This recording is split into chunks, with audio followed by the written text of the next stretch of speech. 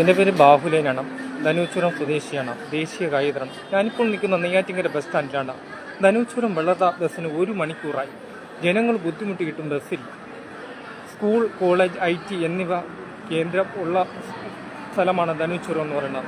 ഈ റൂട്ട് ബസ്സില്ലാതെ വളരെ ബുദ്ധിമുട്ടുന്ന ആൾക്കാരെന്ന് പറഞ്ഞാൽ ഏറ്റവും കൂടുതൽ കലക്ഷൻ ഉള്ളത് ഈ റൂട്ടാണ്. ആ റൂട്ടിലാണ് ഞാൻ നിൽക്കുന്നത്. നെയ്യാറ്റിങ്കര ശേഷം മാസ്റ്റർ കാണുന്നത് ലൈവാണ്. ഇപ്പോൾ പ്രേക്ഷകരുടെ മുന്നിൽ എൻ്റെ വാർത്ത നൽകുന്നത്. ഇപ്പോഴും ബസ്സില്ല. 1 മണിക്കൂറായി ഇവിടെ നിൽക്കാൻ തുടങ്ങിയിട്ട് ജനങ്ങൾ ബുദ്ധിമുട്ടിയിട്ടും ബസ്സില്ല. ഇവിടെ ആരോട് ചോദിക്കാനാ, ആരോട് പറയാനാ? ജനങ്ങളെ വോട്ട് കൊണ്ട് ജയിച്ചിട്ട് ജനങ്ങളെ കാര്യത്തിന് സർക്കാരിലേക്ക് പിന്നെ എന്തിനാണ് ഇവിടെ ഇരിക്കുന്നത്?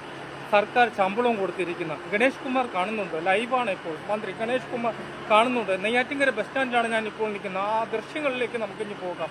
ഏറ്റവും പ്രധാനപ്പെട്ട വാർത്തയാണ് എൻ്റെ വാർത്തയും നൽകുന്നത്. ലൈവാണ് ഇപ്പോൾ പ്രേക്ഷകരുടെ മുന്നിൽ. 1 മണിക്കൂറായി ബസ്സിന് നിൽക്കുന്നുണ്ട്.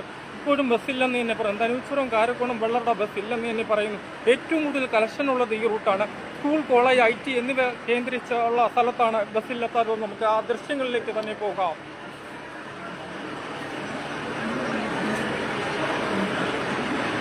ഇപ്പോഴും അധികാരികൾ ഒരു നടപടിയില്ല. ഇവിടെ ഇത് പറയണതല്ലാതെ ആരും പ്രതികരിക്കണില്ല. അതാണ് ഈ ബസ് സ്റ്റാൻഡ് ഇങ്ങനെ ശോചനീയാവസ്ഥയിലേക്ക് തുടരുന്നത്. ഇതാണ് ലൈവാണ് ഇപ്പോൾ പ്രേക്ഷകരുടെ മുന്നിൽ എൻ്റെ വാർത്ത. ശേഷം മാസ്റ്റർ കാണുന്നുണ്ട്.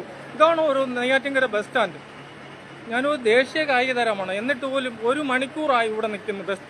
എന്നിട്ട് ബസ്സില്ല. ലൈവാണ് ഇപ്പോൾ പ്രേക്ഷകരുടെ മുന്നിൽ. എത്രത്തോളം ഷെയർ ചെയ്യാൻ പറ്റുമോ അത്രത്തോളം ഷെയർ ചെയ്ത് ഇതിൻ്റെ കർശന നടപടി ഗണേഷ് കുമാർ അധികാരികൾ കണ്ടെത്തി ഇത് നടപ്പിലാക്കണമെന്നാണ് ജനങ്ങളോട് ഒന്നടങ്കം ആവശ്യം. എൻ്റെ വാർത്തയ്ക്ക് വേണ്ടി തിരുവനന്തപുരത്തു നിന്നും ബാഹുലയൻ.